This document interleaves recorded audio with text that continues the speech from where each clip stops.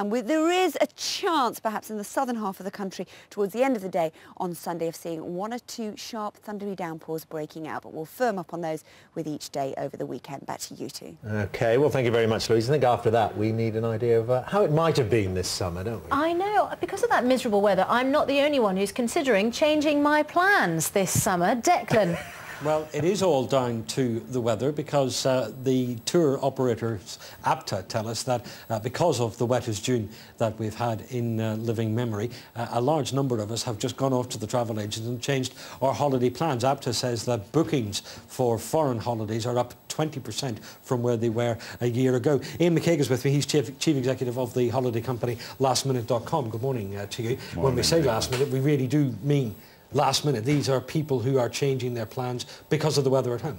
Yes, exactly, and we've seen it very much happen through April and May, where people are looking forward to some very nice weather here in the UK for the summer, and particularly in the last 2 weeks as the weather has changed dramatically.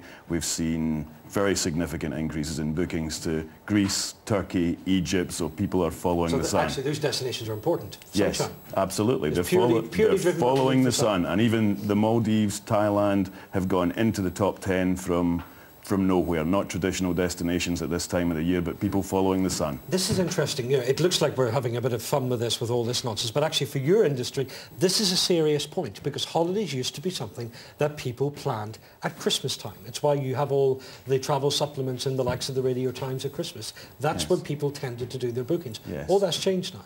Yes, because the amount of information that's available online and the ability to change your plans at the last minute, and using people like lastminute.com to do so, is absolutely there. And all the information and the ability to do so is at your fingertips, literally. But I thought the trend was towards, away from a big annual holiday abroad, and towards more mini breaks, more city breaks, you know, holidays in parts of the UK, holidays close by in Europe. Wasn't that meant to be the longer term trend? And that trend is still occurring, but people still do have their sunshine holidays at different times of the year, and a lot of people, because of school holidays and everything else, still want to get the sun for those weeks in the summer. So it's still an important part of what consumers want as part of the mix of holidays they have. It makes for difficult planning, though. If customers are changing their minds so short, in such a short period of time, so close to holiday time, that's difficult for your industry to plan around.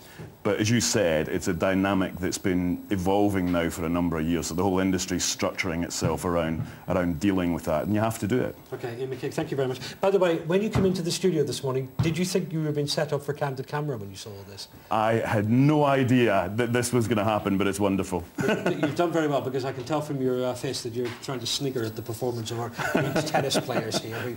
Let's just say they're not going to get anything in Wimbledon.